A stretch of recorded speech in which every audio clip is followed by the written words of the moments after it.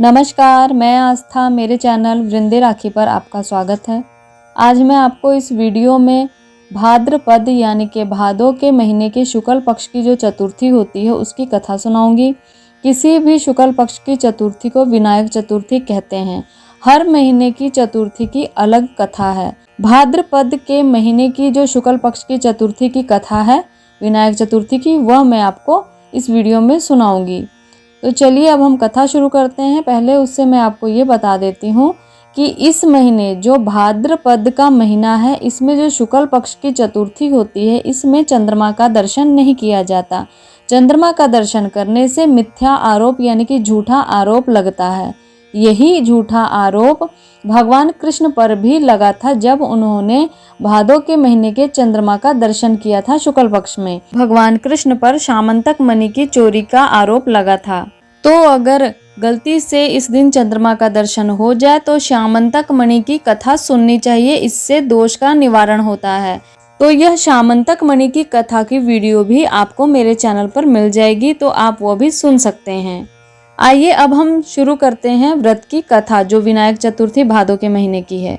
भाद्रपद के महीने के शुक्ल पक्ष की चतुर्थी को गणेश जी की उत्पत्ति हुई थी। शिव पुराण में यह कथा ब्रह्मा जी नारद जी को और सूत जी अन्य ऋषियों को सुनाते हुए कहते हैं, हे मुनेश, किसी समय पार्वती की सखियां जया तथा विजया पार्वती के साथ मिलकर विचार करने लगी। शिव जी की आज्ञा में रहने वाले नंदी, भृंगी आदि अनेक और असंख्य गण हैं तथा वे हमारे भी गण हैं। फिर भी शंकर जी की आज्ञा का पालन वह सबसे पहले करते हैं। सभी द्वार पर स्थित रहते हैं, परंतु स्वतंत्र रूप से हमारा कोई भी गण नहीं है। वे सभी हमारे भी गण हैं, किंतु उनसे हमारा मन नहीं मिलता।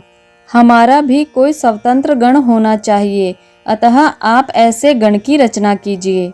माता पार्वती ने भी उनकी बात पर विचार किया। एक समय जब माता पार्वती स्नान कर रही थी, उसी समय भगवान शिव नंदी को डांटकर भीतर चले आए। शिव जी को अंदर आया देख स्नान करती हुई माँ पार्वती लज्जित हो गई और उस समय अत्यंत कौतुक से युक्त पार्वती जी को सखियों द्वारा कहा गया वह वचन अत्यंत हितकारी तथा सुखदायक प्रतीत हुआ। इसके बाद कुछ समय बीतने पर माया परमेश्वरी पार्वती ने मन में विचार किया कि मेरा भी कोई ऐसा सेवक होना चाहिए जो श्रेष्ठ हो तथा योग्य हो और मेरी आज्ञा के बिना रेखा मात्र भी इधर से उधर विचलित ना हो। इस प्रकार विचार कर उन देवी ने अपने शरीर के मैल से सर्व लक्षण संपन्न, शरीर से सुंदर और बलवान पराक्रमी पुरुष का निर्माण किया और माता पार्वती ने उसे नाना प्रकार के वस्त्र, अनेक प्रकार के अलंकार तथा अनेक उत्तम आशीर्वाद देकर कहा,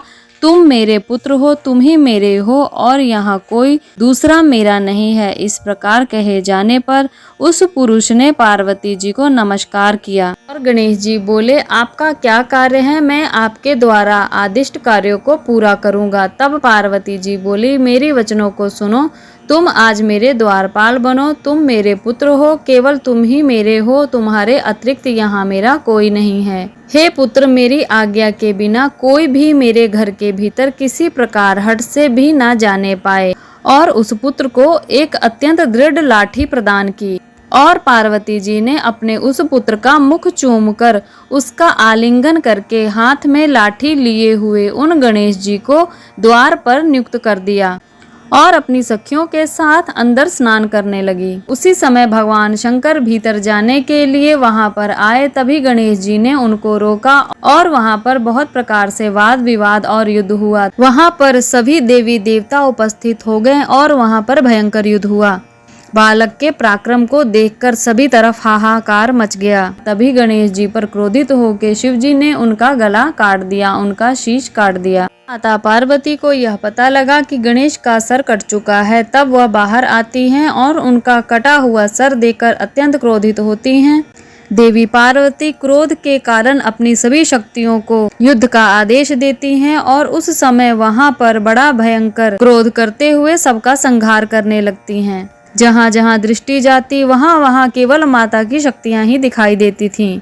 देवताओं के अनेक बार प्रार्थना करने पर, बार बार इस प्रकार कहने पर कि वह शांत हो जाए, तब माता पार्वती ने कहा, यदि मेरा पुत्र जीवित हो जाए और तुम लोगों के बीच प्रथम पूज्य हो तो यह संहार नहीं होगा। सभी ने इस बात को स्वीकार किया और शिवजी की आज्ञा पाकर देवता लोग उत्तर दिशा की ओर गए। वहां पर उन्हें एक हाथी मिला जिसका सर उन्होंने गणेश जी के धड़ पर लगा दिया और गणेश जी जीवित हो गए और उन्हें प्रथम पूज्य का आशीर्वाद प्राप्त हुआ। तो ये थी कथा भाद्रपद के महीने की शुक्ल पक्ष की चतुर्थी की, विनायक चतुर्थी की कथा।